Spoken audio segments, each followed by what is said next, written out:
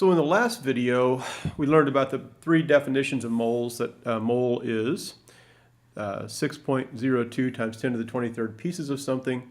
We learned that a mole is the gram formula weight of something. And we also learned that a mole is 22.4 liters if we're talking about a gas. So now let's look at some specific substances.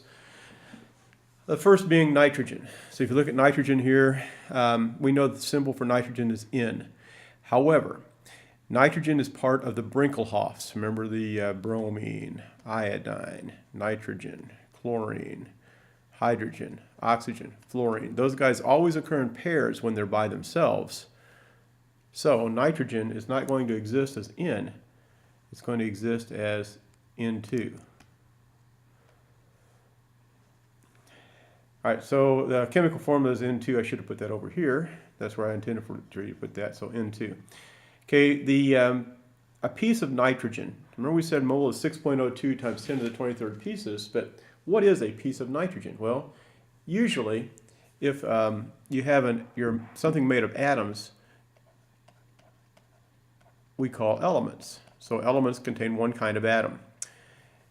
Usually, well, not usually, always, compounds are either called formula units or molecules. So a formula unit is a term that we use to talk about ionic compounds, and molecule is something we use to talk about covalent compounds. Well, the way you tell is ionic is a metal and a non-metal. So you look down at the periodic table down here, this little pink line separates the metals and non-metals. They're called the metalloids. On the left side, everything over here, including those two rows down at the bottom, the F sublevel block, those are all metals. The only exception to that's hydrogen. So hydrogen's on the metal side, but it really is a non-metal. So all these clear boxes are metals.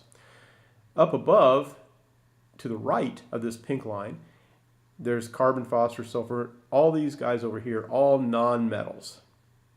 All right, so metals on this side, non-metals on that side. So if you see a compound containing a metal and a non-metal, we call it a formula unit. If you see compounds containing all non-metals, we call them a molecule. So covalent compounds are for all non-metal. So compounds containing all non-metals, covalent or molecules. Now nitrogen is a little bit weird because it's an element, but since it occurs in pairs, it's a diatomic element. And diatomic means that you've got two atoms that are sharing electrons. So therefore, the simplest piece of nitrogen, even though it's an element, is a molecule because of this 2 right here.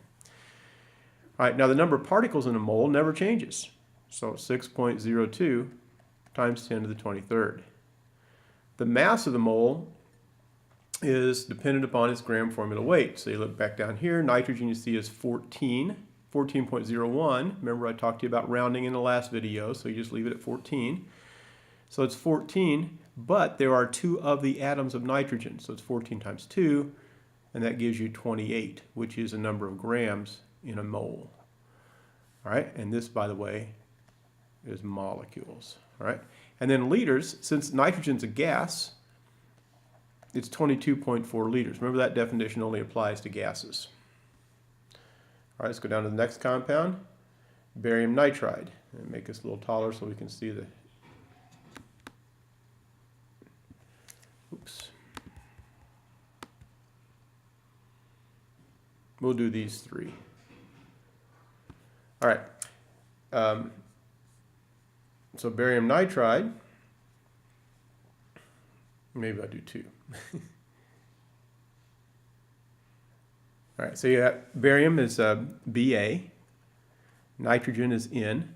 Barium has a +2 charge, nitrogen has a -3 charge. So +2, -3. So you have to have 3 bariums and 2 nitrogens to make the formula work. Since barium is a metal and nitrogen is a non-metal, the simplest particle, or the simplest piece of that's called a formula unit. Now the number of particles in a mole never changes, so it's 6.02 times 10 to the 23rd. This time it's that many formula units. And the mass we have to add up. Do that in a second. This is a solid, so this definition doesn't apply. All right, so barium has a mass of 137. So you'd have 137 times 3. Why times 3? because there are 3 atoms. Remember, after the formula is done, you don't consider the charges at all. So I could just erase those charges off there. I guess it'd be easier. There you go. All right, so 3 atoms of barium, 2 atoms of nitrogen. So over here, 137 times 3, and nitrogen's 14, so 14 times 2. All right, so here we go. Let's see, go back to a calculator. So we'd say 137 times 3, whatever that is, times 3. And then I'd add 2 nitrogens, which is 2 nitrogens is going to be 14 times 2 is 28. So plus 28, 439. So the mass of barium nitride would be 439 grams. So now how many pieces are in that? This many formula units. Up here, 28 grams contain that many pieces. So the weight of everything varies, but the number of things is the same. It's kind of like if you had a dozen cars and a dozen eggs, they'd both be 12, but the cars would weigh a whole lot more. So the weights change, but the number of things doesn't. All right, one last one. This is aluminum sulfate. So aluminum sulfate. Now I just whipped those formulas, those subscripts in there because I knew what they were, but in case you're wondering, this is a +3, this is a -2. So I needed 3 of these to make -6. I need 2 of those to make +6. Okay, since this is a metal and and the polyatomic ion is all nonmetals, so metal, nonmetal, it exists as formula units. And the number of pieces, again, is the same, 6.02 times 10 to the 23rd formula units. The 22.4 definition doesn't apply because it's a solid. And the mass, aluminum, is 27 right here. See, 26.98, remember the rounding, so 26, but it's followed by a 9, so it rounds up. Okay, so 27.98, or 26.98, which I'm going to call 27. What will I multiply the 27 by? 2. All right, sulfur, weight's 32. What would I multiply the sulfur by? Well, there's only 1 sulfur in the sulfate. But if you look outside the parenthesis, there's a 3. So that means that there's 3 of everything that's in the parenthesis. So 3 sulfurs. And also we have oxygen, and oxygen has a weight of 16. You can look down here, 16. So 16 gets multiplied by what? Well, there's 4 inside the parentheses, but there's a 3 outside. So there's 3 of everything that's inside the parentheses. 3 times 4 gives you 12. So I have to multiply by 12. Okay, then you pop your calculator out, and you know that 27 times 2 is 54. You know 32 times 3 is 96. And you know 16 times 12 is 192. So you added those 3 together, you get 342 grams, and that is the mass of 1 mole of aluminum sulfate.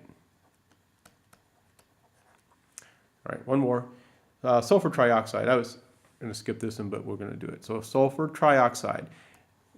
Tri means 3. The sulfur has a charge usually of -2. If you look down here, it's -2. But that's this table is a little bit oversimplified. In this case, we consider that the sulfur has what we call an oxidation state of +6. +6. Technically, it's not a charge because electrons haven't been transferred, but we think of it as a charge. So we say it's got a +6 charge or a +6 oxidation state. We know that because oxygen's -2 and there were 3 of them. So 3 times 3 is 6, so the sulfur had to be +6. And we know that the oxygen will take electrons from sulfur because the oxygen is more electronegative than sulfur. It wants to gain them more. All right, so we don't really need to know the charges to write that formula because it already tells you in the prefixes that sulfur trioxide is going to be 3 O's. Down here you get carbon dioxide. There's another example. So carbon dioxide would be C. What's di mean? 2. So it'd be CO2. All right, so we're going to go ahead and run through this one. This one's a gas. So the 22.4 applies. And it's all non-metals. See, sulfur and oxygen, both non-metals. So its simplest piece is a molecule. And it's the same number of pieces in everything, so 6.02 times 10 to the 23rd molecules this time. And the mass would be the sulfur weight, which is 32 times 1, and the oxygen, which is 16 times 3. So 16 times 3 is 48, plus 32 makes 80 grams, and that's the mass of 1 mole of sulfur, which contains this many molecules. All right, so that was an overview of the mole basics. Now the next step is mole conversions. That'll be the next movie we make, is mole conversion.